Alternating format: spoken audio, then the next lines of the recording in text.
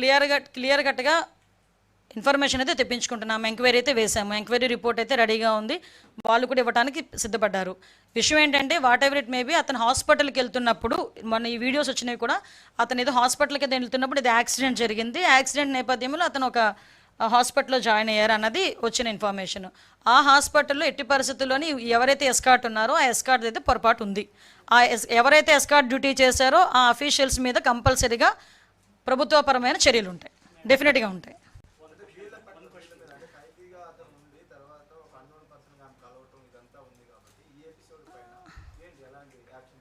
యాక్చువల్గా నాకున్న primary information ఏంటంటే ఈవిడ మీద ఒక 2 కేసులు కూడా ఉన్నాయి. ఇంతకుముందు ఒక వెలుగు డిపార్ట్మెంట్లో ఏదో పనిచేసేటప్పుడు 13 లక్షల రూపాయలు ఏదో ఫ్రాడ్ అయిందని చెప్పి వాళ్ళు తీసేసేయటం, సంథింగ్ ఇంకో కేసు ఏదో ఒక ఇంటిని ధ్వంసం చేసే కేసు ఏదో ఉంది.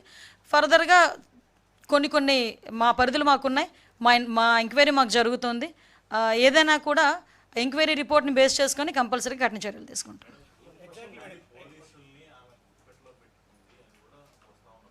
సార్ ఇందాక మీకు ఒక విషయం చెప్పాను అండి. మీకు నేనేం చెప్పానంటే వీళ్ళు కొంతమంది కొన్ని శక్తుల కింద, ఇప్పుడు ఆవిడ one of the Disha foundation అని చెప్పి సెల్ఫ్ డిక్లేర్డ్ సెక్రటరీ షీస్, ఆవిడ డిక్లేర్ చేసుకున్న ఒక సెల్ఫ్ డిక్లేర్డ్ సెక్రటరీ దిశా ఫౌండేషన్కి అని చెప్పి.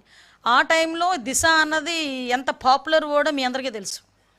19 to 24 దిశ అన్నది ఎంత పాపులర్ వర్డ్ మీ అందరికీ కూడా తెలుసు. లేని చట్టాన్ని తీసుకొచ్చి చట్టం ముందని చూపించి పోలీస్ స్టేషన్లు కట్టించేసి డిఎస్పీలు పెట్టేసి రకరకాల హంగామాలు చేశారు. అదే దిశ పేరుతో ఈవిడ చేస్తున్న మోసాలు ఆ రోజు నుంచి మొదలైనవి అన్నది మాకు వచ్చిన ప్రాథమిక విచారణలో భాగంగా. దీనిలో భాగంగానే మీరు అన్నట్టు ఎంతమంది పోలీస్ ఆఫీసర్స్ ఇందులో ఇన్వాల్వ్ అయ్యి ఉన్నారు, ఎంతమందికి ఇందులో ఇన్వాల్వ్మెంట్ ఉంది, ఎవ్రీథింగ్. ఎక్కువ రోజులు అవసరం లేదు, వితిన్ 4-5 డేస్లో మాకు ఇన్ఫర్మేషన్ వస్తుంది. ఇందులోని ఎటువంటి సిచ్యువేషన్లోనైనా ఎటువంటి ఆఫీసర్నైనా మేము చర్యలు తీసుకుంటాం. అందులో బ్యాక్ స్టెప్ వేసే ప్రసక్తి లేదు.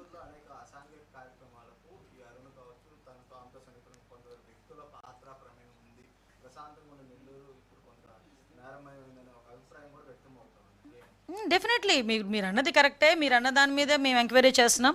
యాక్చువల్గా ఇంతకుముందు మాకు వచ్చిన చిన్న ప్రైమరీ ఇన్ఫర్మేషన్ బేస్ చేసుకొని మేము అన్నీ కూడా బయటకు తీస్తున్న నేపథ్యంలో అంటే హౌ షీజ్ అన్నది ఇక్కడ నేను మెన్షన్ చేయాలి. సంథింగ్ ఒక 3-4 డేస్ బ్యాక్ ఏదో ఒక సిఐకి ఫోన్ చేయలింది ఇదే మనిషి దగ్గర నుంచి. ఎలా వెళ్ళింది తెలుసా? మా పేషీ నుంచి వెళ్తున్నట్టుగా వెళ్ళింది నెంబరు. సమూహ మా ఓఎస్డీకి ఫోన్ చేసి ఏంటి సార్ ఎవరో లేడీ ఉన్నారా, నన్ను ఎలా బెదిరిస్తున్నారండి, ఏంటి ఆ నెంబర్ ఇవ్వండి, హెర్ నెంబర్. అంటే చెప్తున్నా ఇంత సిచ్యువేషన్ జరుగుతున్నా కూడా ఆవిడ చెప్తోంది.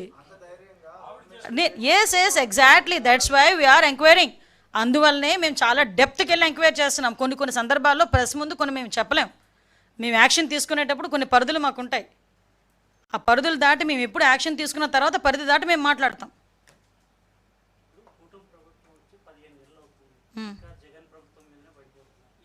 ఏం పడ్డామండి? ఎలిగేషనా ఇది వాస్తవాలా? అలా కాదండి, అలాగే ఒకటే మీరు అన్నదానికి ఓకే కమాన్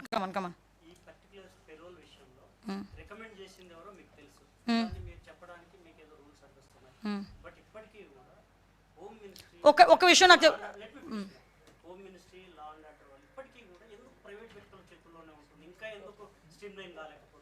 అయిపోయిందా? పెరోల్ ఇవ్వడం తప్ప ఒకసారి చెప్పండి మీరు. ఎస్ కదా, వెయిట్ రాంగ్ వ్యక్తులకు ఇవ్వడం అంటే ఇప్పుడు మీ ఉద్దేశంలో శ్రీకాంత్ అనే వ్యక్తి రాంగ్ వ్యక్తి, ఎస్ కదా, అతను వెళ్ళారు కదా.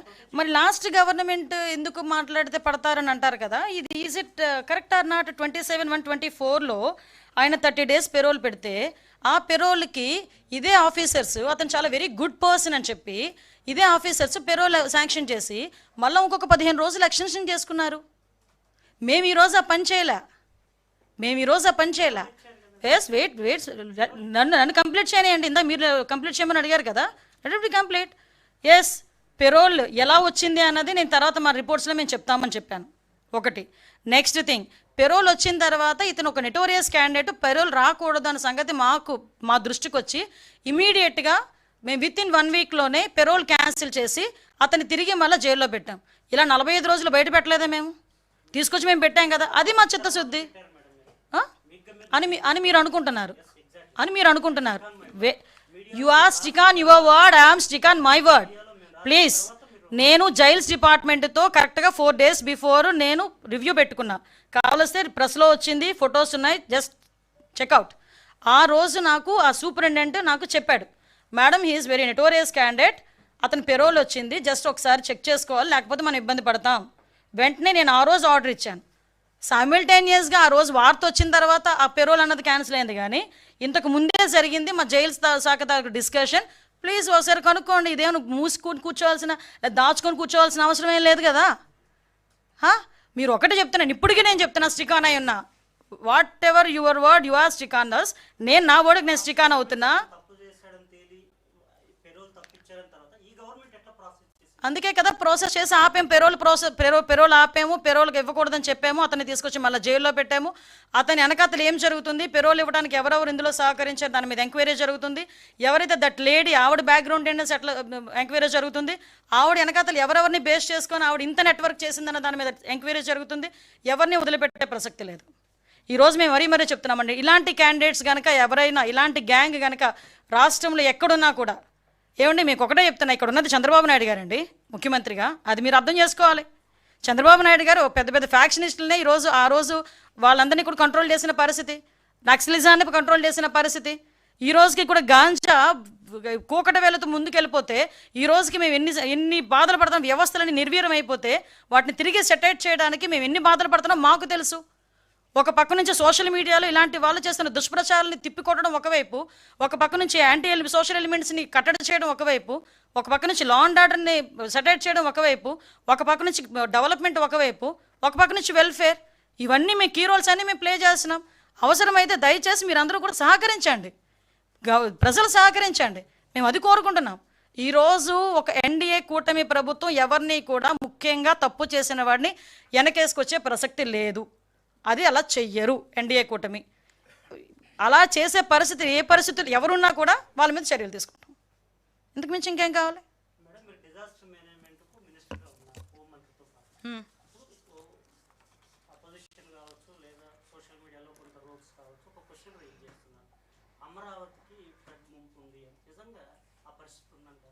అలా ఉండుంటే ఈరోజు వస్తారా మీరు ఇక్కడికి? Yes, there you are. This is reality.